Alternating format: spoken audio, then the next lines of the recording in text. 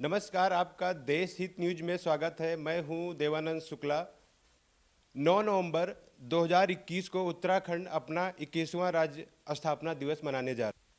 अपने 21 वर्षों की यात्रा में राज्य किस मुकाम तक पहुंच पाया है और क्या उसकी दिशा व दशा, इस मुद्दों पर बात करने के लिए आज हम अपने विशेषज्ञों के साथ मौजूद हैं। आज हमारे साथ मौजूद हैं जाने माने स्तंभकार डॉक्टर सुशील कुमार सिंह, कानून विशेषज्ञ पार्थ उपाध्याय जी और देश हित से जुड़े वरिष्ठ विधिक पत्रकार महेश मिश्रा जी। तो मेरा सबसे पहला सवाल डॉक्टर साहब से है। सर, सवाल यह है कि जिन देशों के साथ उत्तराखंड राज्य का गठन किया गया था, तो आप उसे कितना सफल होते हुए देखते हैं? देखिए, किसी भी राज्य का गठन होना और किसी भी राज्य के भीतर विकास होना, इसके एक नैरेटिव होता है कि हर राज्य, देखे होंगे पहले 3 राज्य कम से कम, झारखंड, उत्तराखंड और छत्तीसगढ़ की बात करें तो ये विकास के आधार पर ही बनाए गए थे। पहले देखे होंगे भाषा के आधार पर राज्य थे, लेकिन ये 3 राज्य ऐसे हैं जिनको भाषा नहीं, विकास के आधार पे ये कसौटी पे कसने के लिए अलग क्षेत्र दिया गया। 20-21 वर्ष की जो यात्रा है, 2000 से लेकर अब तक 21 वर्ष की, एक जैसे एक युवा की यात्रा होती है, बहुत सारी अंगड़ाई, बहुत सारी उम्मीदें, बहुत सारे कर गुजरने की क्षमता, ऐसे तमाम चीज़ें होती हैं। सरकारें आती जाती रहती हैं, प्रदेश बने रहते हैं, नागरिकों को जो चाहिए वो मिला कि नहीं, देखिए उसको आंकने के लिए मैं जहाँ तक समझता हूँ कि ऐसा नहीं है कि 21 वर्ष में विकास हुआ ही नहीं। विकास हुआ है, तभी हम लोग काफ़ी सजग और कई चीज़ें देख भी पाते हैं।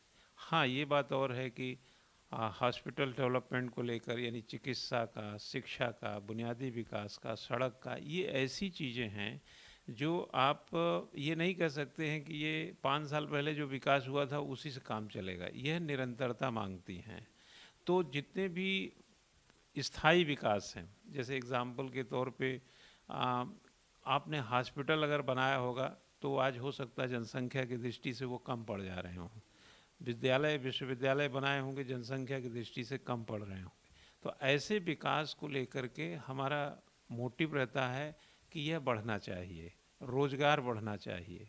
जैसे लोग कहते हैं पलायन रुकना चाहिए, बिल्कुल सही है, रुकना चाहिए, लेकिन पलायन के लिए मैकेनिज़्म क्या है, कैसे पहाड़ों पर व्यवस्थाएं पहुंचा करके उनको वहीं पर हुनरमंद, होनहार बना करके रोका जाए। किसी का अपना घर छोड़ने का मुझे नहीं लगता बहुत बड़ा इरादा होता है, लेकिन विकास की चाह में वो सब भी करना पड़ता है। तो क्या उत्तराखंड के पहाड़ों पर विकास की संभावनाएं ख़त्म हो गई, या हमारे नीति निर्माताओं ने उसको खोजा नहीं, जिसका कारण पलायन है? ये बहुत बड़ा मुद्दा आज का नहीं है, सैकड़ों साल पुराना है।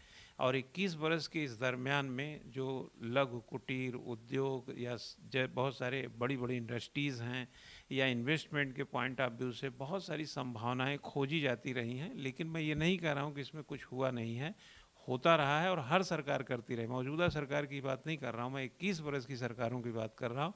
उम्मीदों से लदी सरकारें हमेशा उम्मीद से बंधाती रहती हैं, बट जनता को जितना मिलता है वो इसलिए कम पड़ता है क्योंकि वक्त आगे जा चुका होता है, हमारी अपेक्षाएं बढ़ चुकी होती हैं और हमारी ज़रूरतें बढ़ चुकी होती हैं। जैसे कोरोना में ही आप देखेंगे, हॉस्पिटल है, दवाई है, ये सब कम पड़ गए थे, लेकिन आज उसी की बात करेंगे तो लोग कहेंगे कि नहीं, ये सब मिल रहा है। तो वक्त के साथ और समय के साथ, या आपदा के साथ, महामारी के साथ, या सामान्य परिस्थितियों में क्या चाहिए, अगर उसकी पूर्ति होती है तो विकास है, अगर पूर्ति नहीं होती है तो विकास कम हुआ है। विकास हुआ ही नहीं, मैं नहीं कह रहा हूँ, कम हुआ है। तो इसके लिए सरकारों को सचेतना, चेतना, या कहा जाए एक प्रकार से उनके अंदर एक कान में तेल डाल के भी इस बात को सुनना चाहिए कि जनता क्या कह रही है। और सबसे बड़ा देखिए, युवा को रोजगार चाहिए, बीमार को चिकित्सा चाहिए, और विद्यार्थी को विद्यालय चाहिए, और जो भूखा है उसको रोटी चाहिए। ये सब विकास के ही बुनियादी चक्र हैं जो समय समय पे सबकी ज़रूरत पड़ती है। ओके, आगे नेक्स्ट। जी, सरकार को सचेत रहना चाहिए। जी, पार्थ उपाध्याय जी, जब से उत्तराखंड बना है तब से 10 सीएम रह चुके हैं। राजनीतिक अस्थिरता के पीछे का क्या कारण? देखिए, जैसा सर ने अभी बताया कि बहुत सारे बिंदुओं पर चर्चा करी।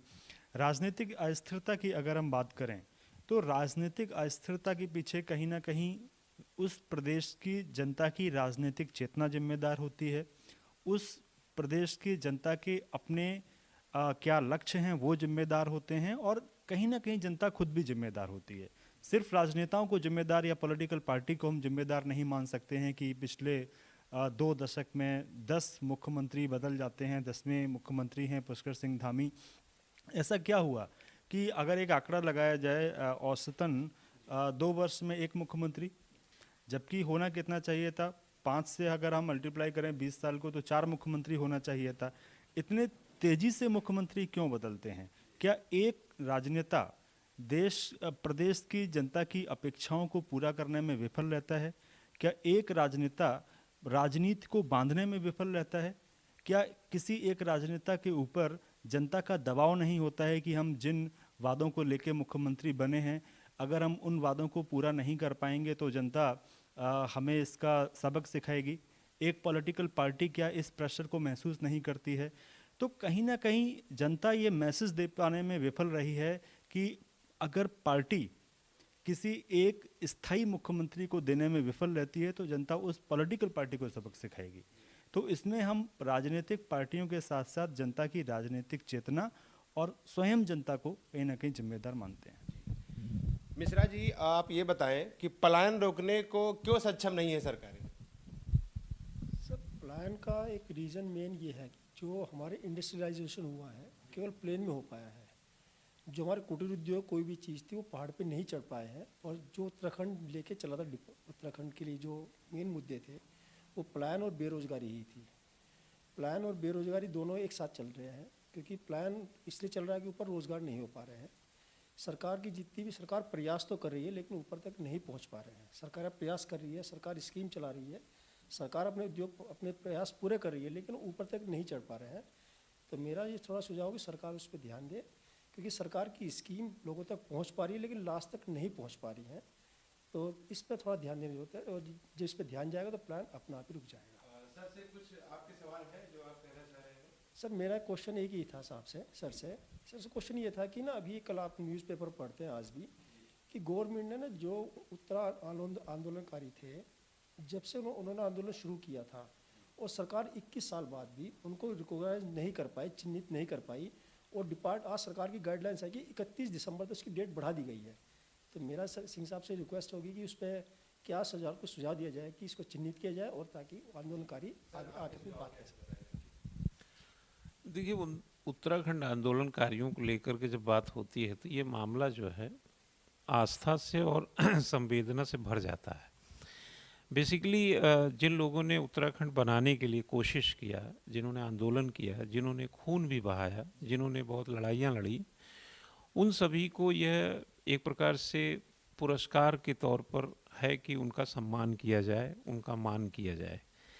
लेकिन ये बात सही है कि उत्तराखंड में कितने आंदोलनकारी हैं, उनको क्या सुविधा दी जानी चाहिए, और सरकारी सर्विसेज में भी आरक्षण के 10% के मुद्दे भी हमेशा प्रभावी रहे। हालांकि हाई कोर्ट का इस पर नज़रिया अलग रहा है, नैनीताल हाई कोर्ट का। तो सवाल सिर्फ सरकारी नौकरी तक का नहीं है, जैसे कि कोई रिटायर्ड सेना में होता है, कोई डॉक्टर भी अच्छा होता है जो देश दुनिया के लिए बड़ा अच्छा काम किया होता है, या समाज के लिए बहुत सारे लोग सिविल सोसाइटी के लिए बहुत बेहतर काम किए होते हैं, तो जो उनको सम्मान, मान या प्रिविलेज मिलता है, विशेषाधिकार मिलता है, वही लड़ाई कह लीजिए कि आंदोलनकारियों के लिए है कि जिन्होंने उत्तराखंड बनाया, जिन्होंने चाहे मुजफ्फरनगर जैसी तिराहे की घटना हो, या मसूरी में गोली कांड रहा हो, या सड़कों पर लखनऊ से देहरादून बनाने या उत्तर प्रदेश उत्तराखंड बनाने की जो पहल रही हो, उसमें बहुत सारे लोगों ने आहुतियाँ दी। बहुत सारी महिलाएं भी हैं, पुरुष भी हैं, बच्चे भी हैं, बूढ़े भी हैं, जवान भी हैं।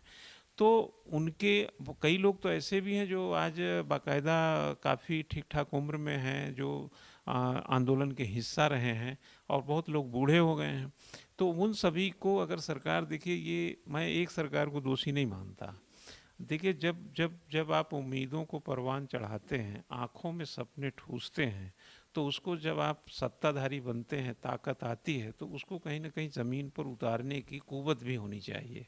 तो यह पिछले 20 वर्ष 21 वर्ष की सरकारों ने जो एक प्रकार से एक ने गलत किया, दूसरे ने या सही करने का प्रयास नहीं किया गया, उसी का नतीजा है कि चिन्हित नहीं कर पाए।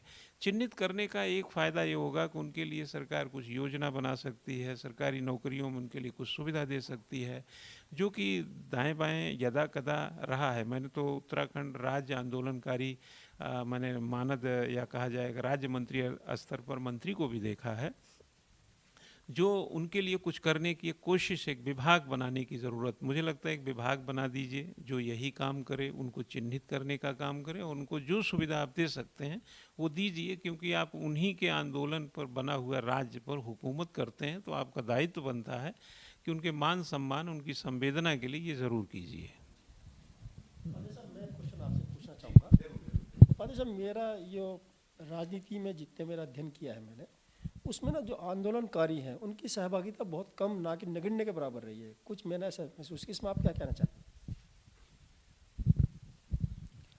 देखिए, निश्चित तौर पर आप देखोगे कि जिस राजनीतिक दल का राज्य गठन में सबसे ज़्यादा योगदान रहा उत्तराखंड क्रांति दल, आज वो पार्टी नेपथ्य में चली गई है, और ऐसी पार्टी उभर के आ रही है जिसका उत्तराखंड से कोई ताल्लुक नहीं रहा है। दिल्ली में जिसका गठन होता है, जिसकी राजनीति दिल्ली के इर्द गिर्द घूमती है, फिर पंजाब में चुनाव लड़ा जाता है और फिर शिफ्टिंग कर दिया जाता है उत्तराखंड की तरफ, और उस राजनीति को नया मोड़ दिया जाता है कि जो राजनीतिक मुखिया के तौर पर जिसे प्रोजेक्ट किया गया वो एक सैनिक है, सैन्य अधिकारी रहे हैं, और आंदोलनकारी से सैन्य अधिकारी की तरफ, सैनिक की तरफ इस राजनीति को मोड़ने की कोशिश की जाती है। इसके बाद आप देखेंगे कि भारतीय जनता पार्टी ने भी गवर्नर को चेंज किया और एक सैन्य अधिकारी को, पूर्व सैन्य अधिकारी को गवर्नर के पद पर बैठा दिया। वहीं कांग्रेस भी सैनिकों के लिए कुछ घोषणाएं करना शुरू कर देती है। तो राजनीति की शिफ्टिंग यहाँ पर आंदोलनकारी नेपथ्य में चले जाते हैं। जैसे आपने अभी कहा कि अभी तक 2 दशक बीत जाने के बावजूद भी हम चिन्हित नहीं कर पाए कि कौन आंदोलनकारी है, कौन आंदोलनकारी नहीं है। और अगर ये राजनीतिक परिवर्तन होता है और ये मुद्दा और नेपथ्य में चला जाता है, फिर तो मुझे लगता है कि आंदोलनकारियों को चिन्हित करने की आप बात छोड़िए, उनके कल्याण की, उनके सहभागिता को चिन्हित करने की और उनके हितों की बात को शायद फिर आगे हम कभी उभार नहीं दे पाएंगे। जिन उम्मीदों के साथ राज्य का गठन किया गया था, उम्मीद है कि सरकार उसको पूरा करेगी। तो इस खास बातचीत के लिए हमारे साथ मौजूद थे डॉक्टर सुशील सिंह, पार्थ उपाध्याय जी, महेश मिश्रा जी। धन्यवाद सर आपका, आपने देश हित न्यूज़ को टाइम दिया। धन्यवाद पार्थ जी, धन्यवाद महेश जी, धन्यवाद।